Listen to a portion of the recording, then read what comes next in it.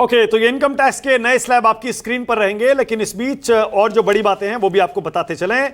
आपकी जब पहली नौकरी लगेगी, 1 लाख रुपए से अगर कम सैलरी है तो ईपीएफओ में पहली बार रजिस्टर करने वाले लोगों को 15,000 रुपए की मदद मिलेगी और 3 किस्तों में मिलेगी। इसके अलावा राजेश बता रहे हैं कि और भी 3 स्कीम है अलग अलग। इसमें 3 अलग अलग इसमें ए बी सी है। इसके अंदर में पहला है जिसके अंदर की 1 महीने का वेज हम दे रहे हैं, नए जो भी अगर कर रहे हैं 1 लाख से कम है। सेकेंड स्कीम के अंदर में हम पूरे 4 साल तक एम्प्लॉय और एम्प्लॉय दोनों को बेनिफिट दे रहे हैं। स्कीम सी के अंदर में हम 3,000 रुपये 2 साल तक हम दे रहे हैं और उसमें 15 लाख लोगों को हम लिमिट रखते हैं कि 15 लाख तक जो ईपीएफ में आएंगे उनको देंगे। और तीसरी एक बड़ी चीज इसके अलावा एक और बेनिफिट है जो क्या कहते हैं, हम ये कह रहे हैं कि 500 बड़ी कंपनीज के अंदर इंटर्नशिप दी जाएगी 1 साल के लिए। वो एक बहुत अच्छा बेनिफिट है, क्योंकि नॉर्मली हो क्या रहा था कि एजुकेशन करने के बाद, कॉलेज से निकलने के बाद जॉब मिलती नहीं थी क्योंकि आप फ्रेशर हैं और आदमी आगे बढ़ नहीं पा रहा था। तो अगर उसको 1 साल के लिए इंटर्नशिप मिलती है तो वो फ्रेशर वाला जो काम है वो वहां सीख चुका होगा।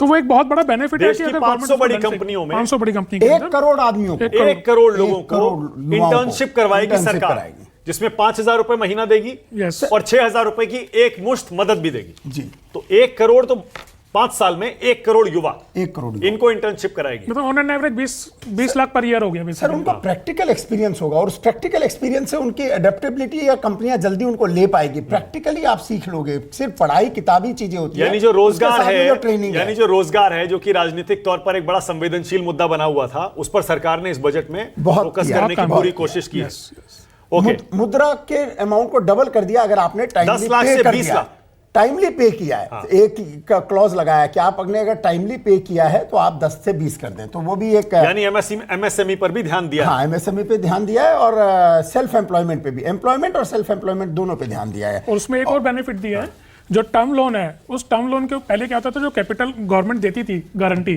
वो सिर्फ वर्किंग कैपिटल लोन्स पे दे रही थी। अब उसने टर्म लोन के ऊपर भी देना शुरू किया कि ठीक है आप मशीन खरीद सकते हैं और काम शुरू कर सकते हैं। तो वो एक और अच्छा बेनिफिट है उसके। ओके, और इसमें एजुकेशन लोन भी, लोन का 3% तक पैसा सरकार देगी। सर ये ई वाउचर्स लाएंगे हर साल 1 लाख स्टूडेंट्स को। सर ये एक आपको बताऊं, ये भारत की एजुकेशन इंडस्ट्री को बढ़ाएगा, क्योंकि इन्होंने सिर्फ डोमेस्टिक को दिया है। तो भारत की एजुकेशन इंडस्ट्री जो हायर एजुकेशन में, उनको बढ़ाएगा।